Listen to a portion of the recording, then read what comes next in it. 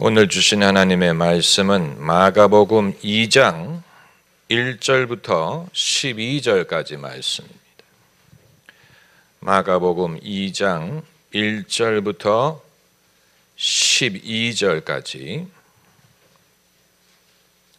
우리 함께 읽겠습니다. 수일 후에 예수께서 다시 가버나움에 들어가시니 집에 계신 소문이 들린지라 많은 사람이 모여서 문 앞에라도 용신할 수 없게 되었는데 예수께서 저희에게 도를 말씀하시더니 사람들이 한 중풍병자를 4사람에게 메어가지고 예수께로 올세 무리를 인하여 예수께 데려갈 수 없으므로 그 계신 곳에 지붕을 뜯어 구멍을 내고 중풍병자의 누운 상을 달아내리니 예수께서 저희의 믿음을 보시고 중풍병자에게 이르시되 소자야 내 죄사함을 받았느니라 하시니 어떤 서기관들이 거기 앉아서 마음에 의논하기를 이 사람이 어찌 이렇게 말하는가 참나마도다. 오직 하나님 한 분 외에는 누가 능히 죄를 사하겠느냐. 저희가 속으로 이렇게 의논하는 줄을 예수께서 곧 중심에 아시고 이르시되 어찌하여 이것을 마음에 의논하느냐. 중풍병자에게 내 죄사함을 받았느니라 하는 말과 일어나 내 상을 가지고 걸어가라 하는 말이 어느 것이 쉽겠느냐. 그러나 인자가 땅에서 죄를 사하는 권세가 있는 줄을 너희로 알게 하려 하노라 하시고 중풍병자에게 말씀하시되 내가 내게 이르노니 일어나 내 상을 가지고 집으로 가라 하시니 그가 일어나 곧 상을 가지고 모든 사람 앞에서 나가거늘 저희가 다 놀라 영광을 하나님께 돌리며 가로되 우리가 이런 일을 도무지 보지 못하였다 하리라. 아멘. 제가 성금요일 날 설교 준비를 하면서 이 무슬림들에게 신앙에 대해서 대화를 할 때 그들이 자기도 예수님을 좋아한다고 말하고 자기도 예수님을 존경한다고 말을 하지만 십자가에 대해서 말하는 순간에 얼굴이 굳어지고 거부를 한다. 그 이유는 그들이 복음의 내용을 모르고 있기 때문이 아니고 복음주의 기독교가 그동안에 편향적으로 오로지 예수님의 십자가를 한 가지 의미와 해석만을 가르친 것에 대하여 그들이 나름대로 신학적인 반발과 이견을 갖고 있기 때문에 오히려 예수님을 존경하지만 예수님의 십자가 얘기가 나오는 순간 그들이 거부를 한다고 말씀을 드렸죠. 저는 그 설교를 준비하면서 기독교 복음주의가 그동안에 전도의 열의를 가지고 어떻게 하면 사람들이 더 쉽게 복음을 이해할 수 있을까 연구하다가 가장 사람들이 쉽게 알아들을 수 있는 방법만을 강조했던 것이 그것이 성경을 제대로 해석한 것도 아니고 예수님의 구원자 되신 것을 더 온전하게 가르친 것도 아니고 오로지 예수님의 십자가의 한 면만을 강조한 것이 신학의 부족함을 가져오고 그리고 오히려 무슬림권의 기독교 신앙을 왜곡하고 오해하는 결과를 낳았구나라는 생각을 했습니다. 그러니까 우리가 충격을 받는 사실은 그 사람들이 기독교의 복음을 들어본 적이 없기 때문에 안 믿는 게 아니고 이미 상당 부분을 알고 있는데 그 이론에 대해서 이견을 갖고 있기 때문에 안 믿는다는 사실입니다. 그들이 왜 소위 대속의 죽음 이론에 대해서 이견을 갖느냐? 대속의 죽음이란 세상 죄를 하나님이 예수님께 짊어지게 하시고 예수님이 그 죄짐을 짓고 대신 벌을 받게 하셔서 예수님의 대속의 죽음에 힘입어 믿는 자들이 의롭다함을 얻는다. 우리가 아주 잘 알고 있는 이론이에요.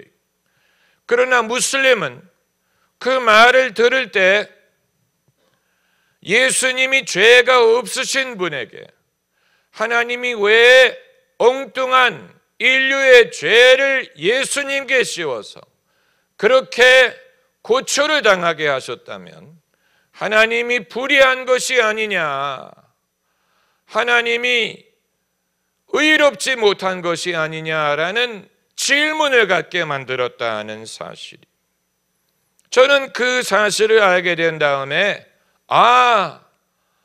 우리가 그동안에 너무 무식했었구나. 소위 전도를 쉽게 한다는 명목으로 십자가의 한 가지 면만을 너무 강조했었구나. 그래서 이제는 무슬림들까지도 대속의 이론을 반박하고 그것은 하나님이 불의하다는 말이다, 이런 식으로 오히려 반발을 하게 만들었구나. 우리가 다시 배워야 될 필요가 있겠다라는 것을 생각했습니다. 여러분, 사도행전에 사도들이 한 설교를 읽어보세요. 사도행전 2장에 베드로의 설교가 나오고 3장에도 베드로의 설교가 나오고 몇 장 후에 스데반의 설교가 나오고 빌립의 설교가 나오고 또 고넬료의 집에 갔을 때 베드로의 설교, 바울의 설교, 초대교회 사도들의 설교 전문이 많이 나오는데 그 어느 설교에도 예수님의 십자가를 대속적으로 해석한 설교가 없었어요. 그건 대속론이 틀리기 때문이 아니고 그건 이후에 발전한 신학이라고 보는 것입니다. 이후에 예수님이 왜 죽으셔야 했느냐, 예수님의 죽음이 우리의 구원과 무슨 상관이 있느냐를 연구하면서 대속의 면모를 강조한 것이지만, 그러나 우리가 성경을 곰곰이 읽어보면 모든 신약 성경이 예수님의 구원이 대속적으로 이루어졌다고 말하지 않았습니다. 그 한 예가 오늘 본문 말씀이에요. 이건 십자가 이전의 사건을 기록한 것입니다. 아직 예수님이 십자가에 죽기 전에 중풍병자에게 소자야 내 죄 사함을 받았느니라 선포하셨어요. 그 말을 서기관들이 듣고 이는 참남하도다, 하나님 이외에 누가 능히 죄를 사하겠느냐. 예수님께서 곧 그들이 생각을 아시고 뭐라고 말씀하셨냐면 인자가 땅에서 죄 사하는 권세가 있는 것을 알게 하려 하노라. 십자가 사건 이전에 일어난 일, 십자가에 예수님이 못 박히시기 이전에 뭐라고 말씀하셨냐면 인자가 땅에서 죄 사하는 권세가 있다고 말씀하셨어요. 예수님이 아직 대속의 죽음을 당하기 이전의 일인데 어떤 근거로 예수님이 죄를 사하실 수 있었다는 얘기입니까? 그렇잖아요. 그러니까 예수님의 구원은 우리가 한 가지 면만 봐서는 제대로 된 해석을 할 수가 없는 것입니다. 십자가에 달리시기 이전에 이미 예수님은 구원할 능력이 있으셨어요. 이 권세가 정당한 것이라는 증거가 어디에 있었습니까? 본문에 예수님이 먼저 죄사함을 선포하시고 그 사람의 병까지 고쳐주셨어요. 그 사람의 병이 나았다는 사실은 예수님이 그의 죄를 사하셨다는 증거가 된 것입니다. 왜 예수께서 그렇게 많은 이적을 행하셨느냐? 이적을 위한 이적을 행하신 것이 아니고 당신이 베푸시는 구원을 확증하는 의미에서 이적을 행하신 것입니다. 이게 그냥 말이 아니고 이론이 아니고 진짜라는 것을 증명하기 위하여 이적을 통하여 그것을 확실하게 증거하신 것입니다.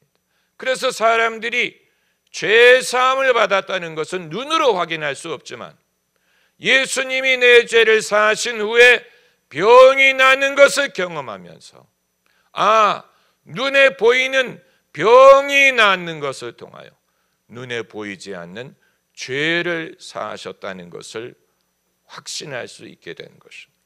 그러니까 이것은 하나를 증명하기 위하여 또 하나를 덤으로 행하신 것입니다.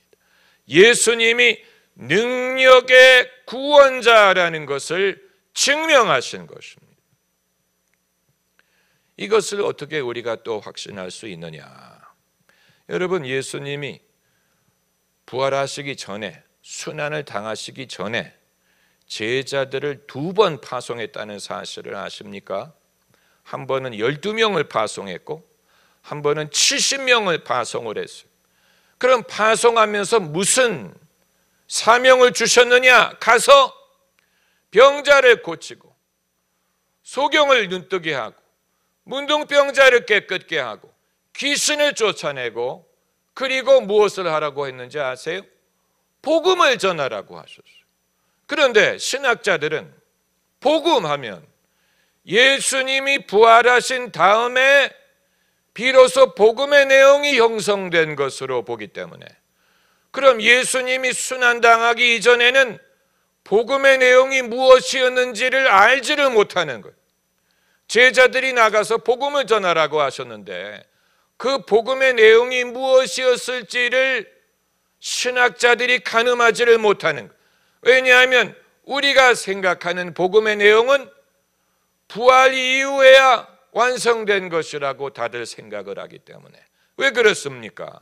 예수님의 죽음이 대속의 죽음이었기 때문에 예수님이 순환을 당하신 후에야 우리가 예수님을 믿어서 죄사함을 받을 수가 있는 것이지, 그 이전에는 그 구원이 아직 유효하지 않다고 생각을 하는데, 그럼 12명과 70명을 파송하시면서 너희는 가서 복음을 전하라고 하셨을 때 그 복음의 내용이 무엇이었을는지를 알 수가 없는 거예요.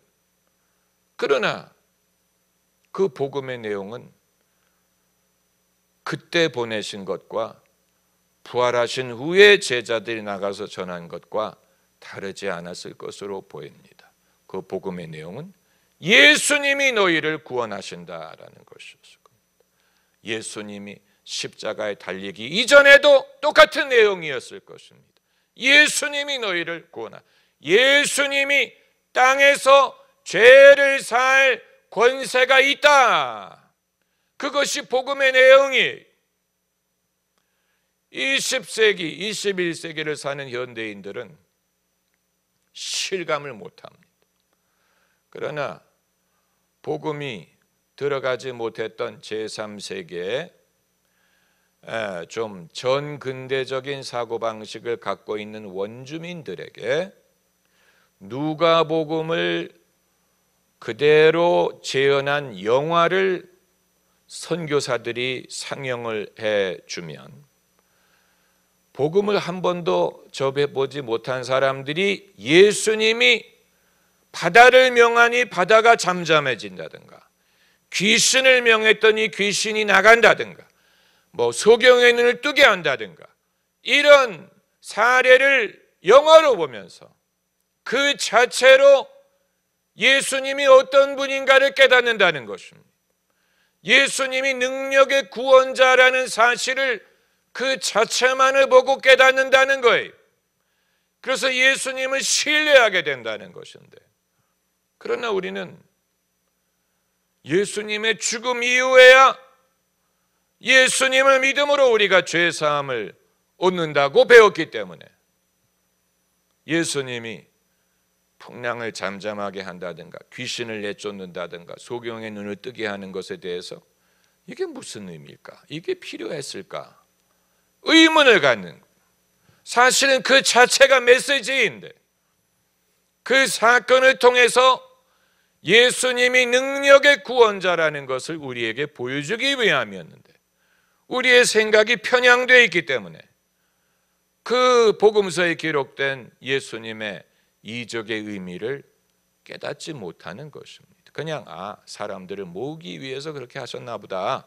옛날에 차력 시범하는 사람들이 사실은 그게 트릭이었죠.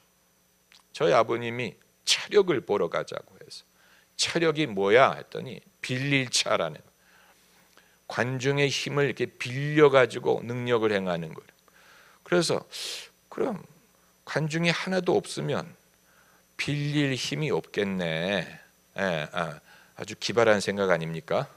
사람들이 많이 모일수록 빌릴 힘이 많으니까. 그래서 차력 시범을 보러 갔는데 이제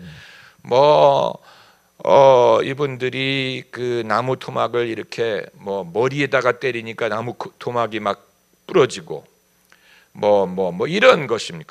그 중에 하나가 자동차에 이렇게 쇠사슬을 매 가지고 입으로 그것을 끄는 거예요.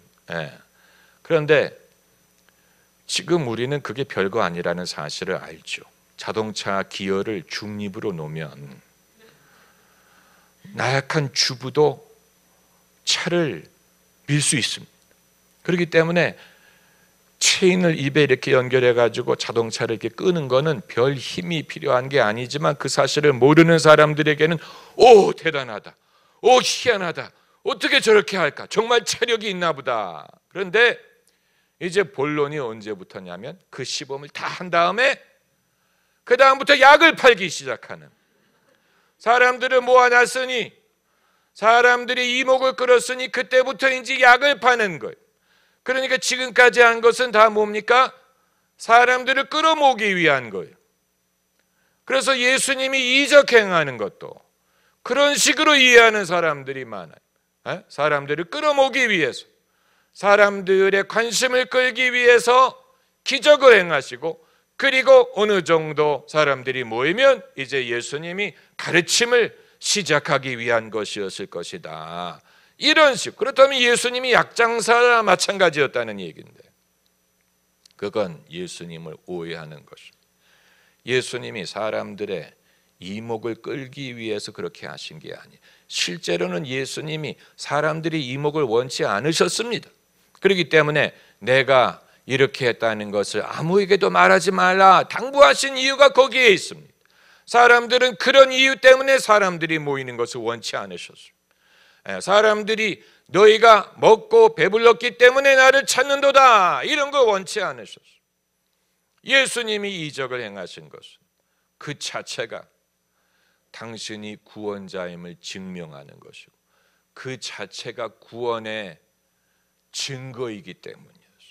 하나님이 이 중풍병자를 죄를 사해 주셨더니 몸에 병이 낫지 않습니까? 그러니까 그 죄 사함이 진짜라는 증거가 되게 하기 위한 것입니다. 그러니까 우리는 질문을 하게 되는 것입니다.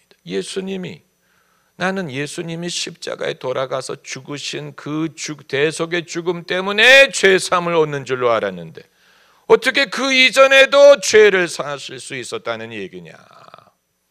그러니까 우리가 얼마나 복음을 부분적으로만 이해했는지를 보여주는 것입니다. 예수님이 오신 것 자체가 구원이에요. 그래서 예수께서 공생애를 시작하실 때 뭐라고 말씀하셨어요? 회개하라, 무엇이 가까워왔느니라? 천국이 가까워왔. 그 자체가 예수님이 계신 곳에 천국이 온다는 것. 이미 천국이 가까운 거예요. 십자가 이전인데도 불구하고 예수님 자신이 나의 창조자, 나의 선한 목자 되신 주, 나의 치료자, 구원자라는 힐러, 내 믿음이 너를 구원하여노라 말씀하셨는데 십자가 이전에 하신 말씀, 십자가 이전에 이미 내 믿음이 너를 구원하였다. 예수님이 아직 피를 안 흘리셨는데 어떻게 구원을 받는다는 얘기입니까? 그건 예수님의 십자가를 부분적으로만 알고 있는 사람, 그 이전에도 예수님을 통하여 구원을 주셨어요. 그렇다면 이제 한 가지 질문이 남지요. 그럼 예수님이 왜 십자가에 달리셨느냐? 이 십자가에 달리지 않고도 구원이 있을 수 있었다면 예수님이 굳이 왜 십자가를 지셨느냐? 그 질문을 안 하신다면 제가 드리는 말씀을 아직 이해하지 못한 것입니다. 왜 십자가에 달릴 필요가 있었느냐? 십자가에 달리신 것이 구원과 무슨 상관이 있느냐? 그 이전에도 구원이 가능했다면 그걸 알려면 성경을 알아야 됩니다. 성경. 제가 성금요일 설교를 준비하면서 충격을 받은 것이죠. 저는 충격을 받을 때 무슨 뭐 스트레스를 받는다거나 밤잠을 못 잔다든가 그런 충격이 아니고 깨달음을 통해서 충격을 얻습니다. 우리가 패러다임의 변화가 필요하구나. 어떤 충격이었냐면, 보통 기독교인이 수십 년 교회 생활을 하면서 수십 년 동안 성경을 공부하는데 얼마나 성경 공부를 많이 합니까? 여러분, 지금까지 성경 공부하는 데 든 시간만, 만약에 그 시간에 편지 봉투를 만들었다면 수천 장을 만들었을 거예요. 그 많은 시간에 신문을 팔았다면 상당한 돈을 벌었을 거예요. 사람들이 엄청난 시간을 성경 공부하는 데 보냅니다. 그런데 정작 비기독교인들과 대화할 때 그들이 던지는 질문에 대해서 답변을 하지 못한다면 그동안에 뭘 배웠을까? 그동안에 그렇게 많이 배운 것 같은데 어떻게 비기독교인들이, 무슬림이 예수님의 십자가를 잘못 이해하고 대속론에 대해서 반론을 제기할 때 과연 거기에 흡족한 답을 할 수 있는 성도들이 몇 명이나 있을까? 그걸 못한다면 지금까지 수십 년 성경 공부를 하고 설교를 들었는데 무엇을 배운 것일까? 우리가 교회 교육을 제대로 하고 있는가? 이런 생각을 하게 만드는 것이죠. 왜 사람들이 그렇게 성경을 오래 공부한 것 같은데 정작 이런 중요한 문제에 대해서는 뭐라고 대답할지 모르는지 아십니까? 그 이유는 두 가지인데, 첫째는 목사들이 잘못한 거고 둘째는 성도들이 잘못한 거예요. 목사들의 잘못은 일단 차치하고 성도들이 뭘 잘못했냐면,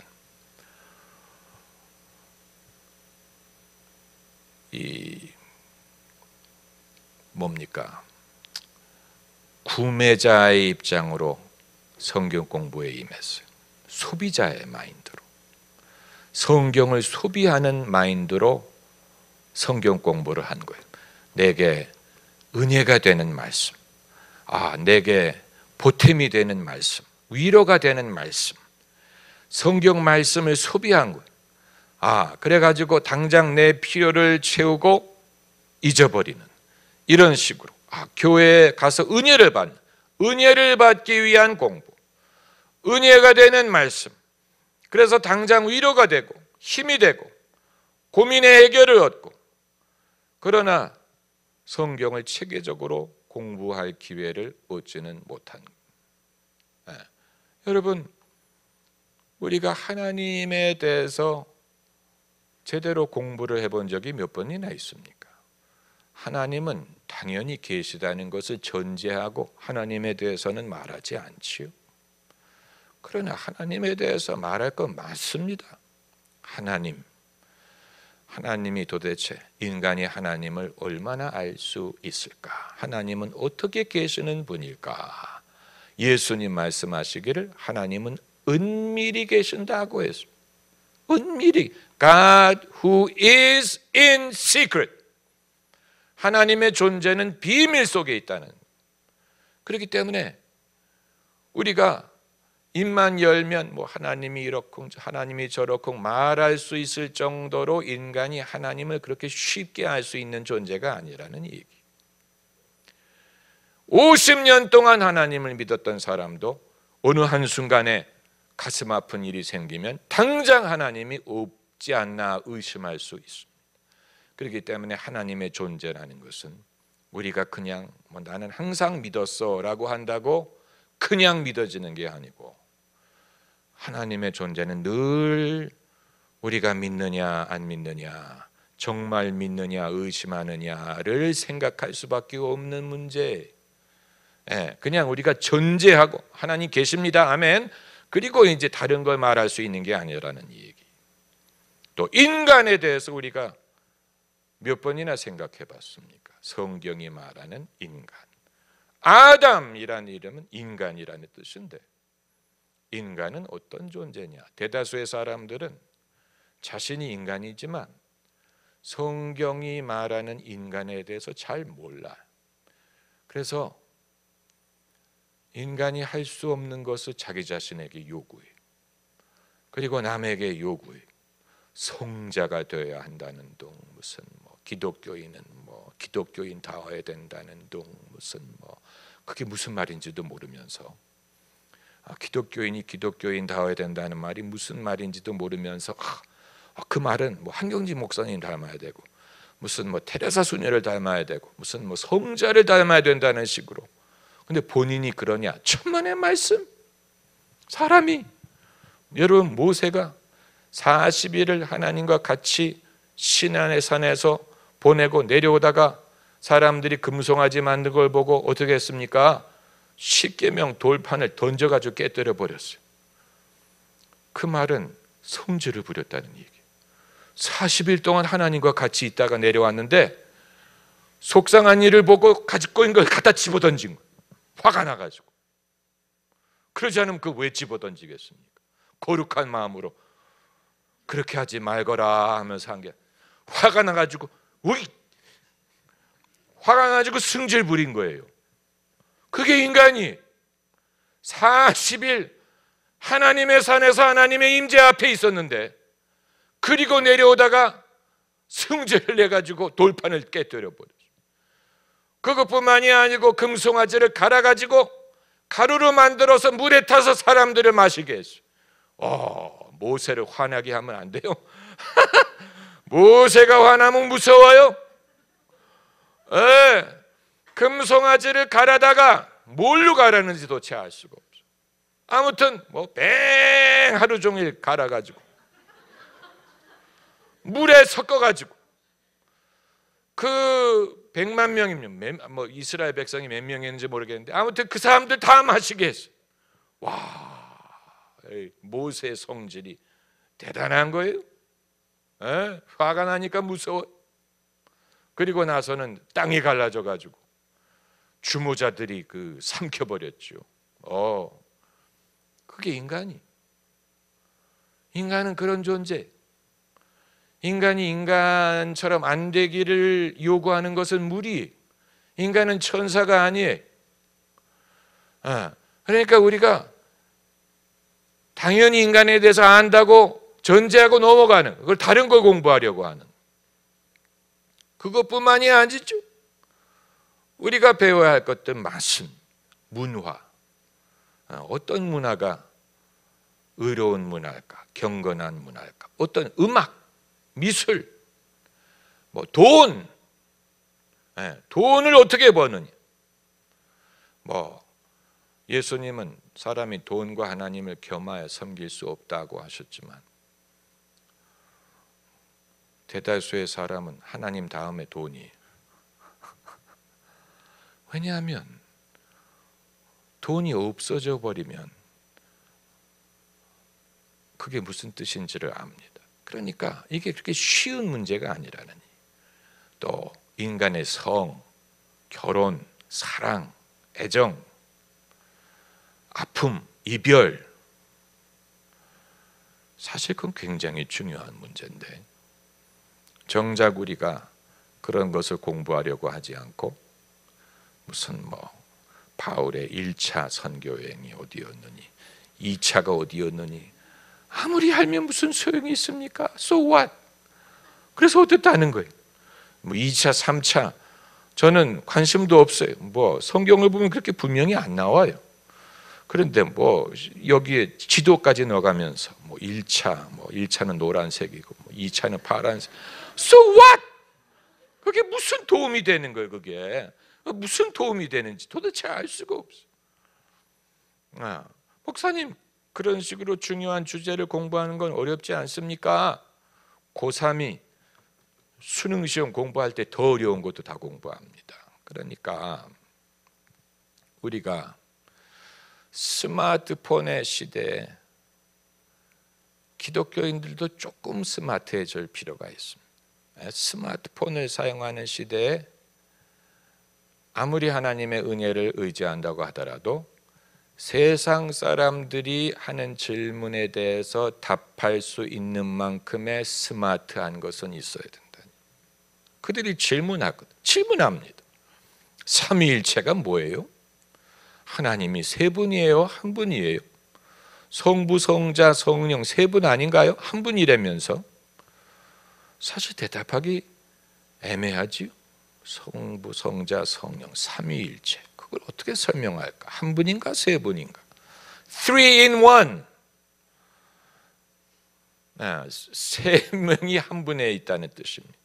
Three in one. 생각을 요구하는 부분이죠. 삼위일체. 저는 하나님이 인간을 구원하기 위하여 당신을 세 분의 인격체로 드러내셨다는 뜻이라고 이해를 하지 하나님이 원래부터 세 분의 인격체로 존재했으리라고 생각하지는 않습니다. 인간을 구원하기 위하여 아들을 보내시고 성령을 보내신 것이지 원래부터 성부, 성자, 성령으로 계실 이유가 없지요. 그럴 필요가 없으니까. 그건 이제 또 누가 잘못 인용하면 김영준 목사님이 삼위일체가 어떻다는 그걸 얘기하는 게 아니고 삼위일체라는 것은 인간을 구원하기 위하여 하나님이 점점 더 가까이 다가오신 것을 말하기 위한 것입니다. 하나님 아버지가 아들을 보내셨고 아들이 성령을 보내셨어요. 점점 더 하나님이 인간에게 가까이 다가오신 것을 말하려는 것이지 하나님이 존재론적으로 세 분이라는 말을 하는 건 아니에요. 그러니까 생각을 요구하는 것입니다. 생각을 요구하는 것입니다. 누가 여러분에게 질문을 하면 질문으로 답하세요. 질문으로 답하세요. 너는 어떻게 생각하냐? 질문으로 답하세요. 네가 내 입장이라면 어떻게 생각하겠느냐? 너는 지금까지 어떻게 이해했느냐? 삼위일체에 대해서 나에게 물어봤는데 왜 물어보냐? 왜 그게 의아하냐? 네 마음속에 그게 문제가 된다고 생각하는 이유가 무엇이냐? 물어보세요. 본인이 믿으려고 하는데 안 되기 때문에 물어보는 거예요. 그냥 괜히 물어보는 게 아니에요. 그러니까 누가 질문을 하면 그것을 대화의 기회로 삼으세요. 나 잘 몰라. 우리 목사님한테 물어보고 대답해 줄게. 아니면 덮어놓고 믿어. 이렇게 대화를 끊는 방법을 하지 말고 너는 왜 그것을 묻느냐? 너는 왜 그것을 궁금해하느냐? 대화의 기회로 삼으세요. 그러면서 빌립이 에티오피아 사람에게 복음을 전한 것처럼 그 사람에게 자연스럽게 복음을 말할 수 있는 기회를 삼으면 됩니다. 여러분, 누가 여러분에게 기독교에 대한 질문을 한다는 것 자체가 대단한 기회예요. 안 하니까 문제죠. 도대체 교회를 다닌다는 것을 알면서도 안 하면 그게 이상한 거예요. 얼마나 모를 것 같으면 안 하겠습니까? 대답할 것 같지 않으니까 안 물어보는. 물어보는 게 그게 좋은 거예요. 물어본다는 말은 관심이 있다는 얘기. 얼마 정도는 안다는 얘기. 다만 충분히 알지 못하는, 충분히 알 수 있는 기회를 만들면 됩니다. 저희 아이가 한 번은 수년 전에 내가 기적을 보지도 않고 그러면 예수님이 부활하셨는지를 어떻게 아느냐 이런 말을 하길래 제가 아주 긴장을 했어요. 얘가 예수님의 부활을 못 믿는다는 말을 하는 걸까? 예수님의 부활을 안 믿으면 구원과 직결이 되는데 이거 어떡할까? 그래서 순간적으로 기도했어요. 하나님, 저에게 지혜로운 답을 하게 해주십시오. 그래가지고 오히려 질문을 했어요. 천안함 사건이 그때 이제 일어나고 몇 년이 안 됐을 때인데, 우리는 2000년 전 예수님의 부활을 말하지만 천안함은 방금 전에 생긴 일인데 그게 진짜 어떻게 생겼는지 아는 사람 아무도 없다. 지금까지도 사람들이 왈가왈부한다. 그게 모략이었다느니 음모였다느니 왜냐하면 어뢰를 쏜 놈 이외에는 누가 알겠습니까? 그렇잖아요. 천안함 위에 있었다고 알겠습니까? 그게 어떻게 생겼는지 그 자리에 있었다고 알겠습니까? 방금 전에 생긴 일도 어떻게 됐는지 알 수 없는 게 인간인데 2000년 전에 예수님의 부활을 알 수 있는 길은 그 당시의 정황, 증거, 증인들의 증언, 그 증인들의 신빙성, 그것을 믿을 만한 이유, 그것을 가지고 우리가 종합해서 믿을 만한 이유가 된다고 말하는 것이지.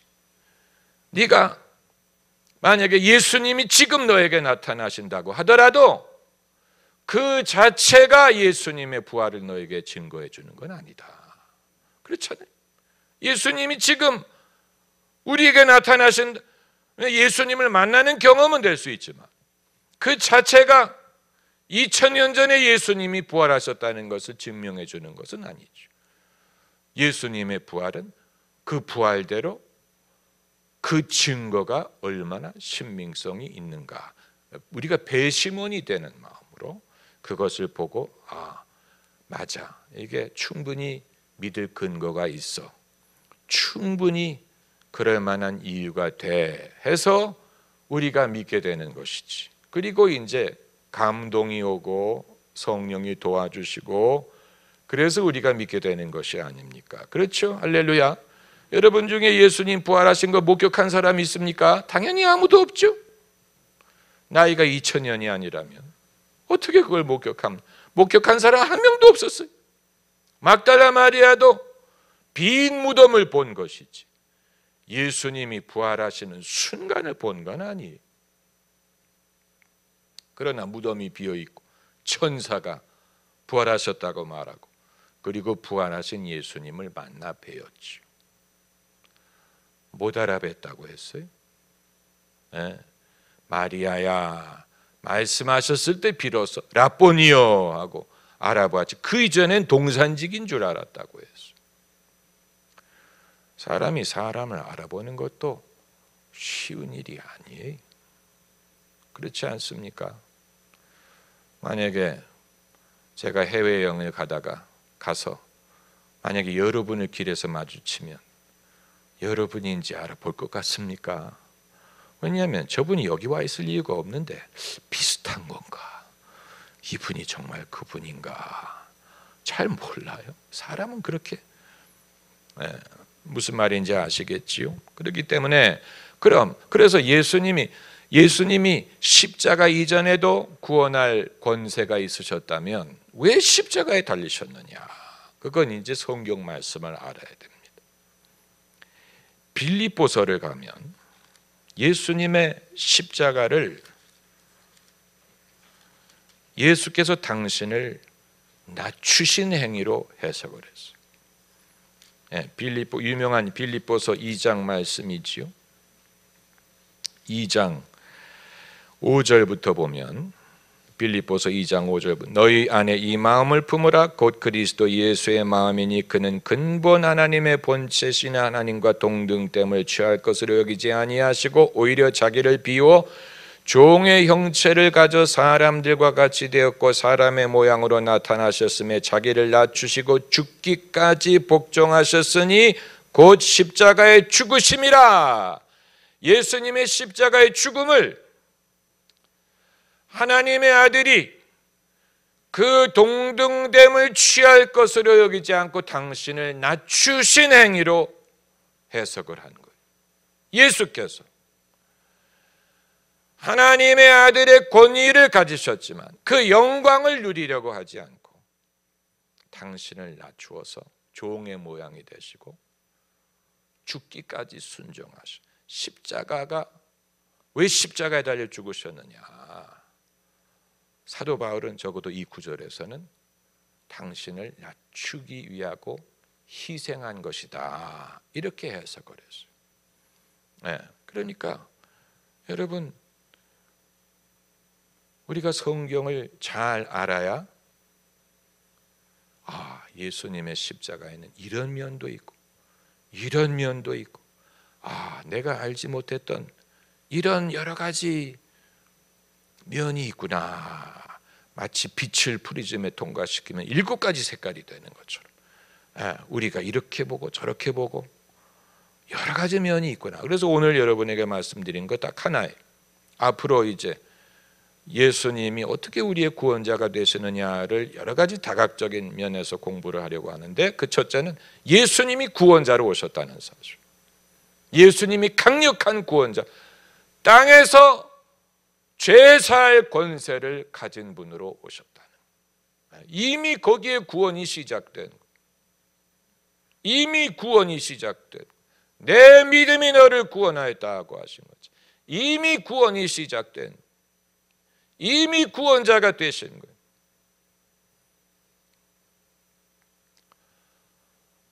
우리가 예수님을 믿을 만한 충분한 증거가 되는 것입니다. 할렐루야. 기도하십시다. 할렐루야.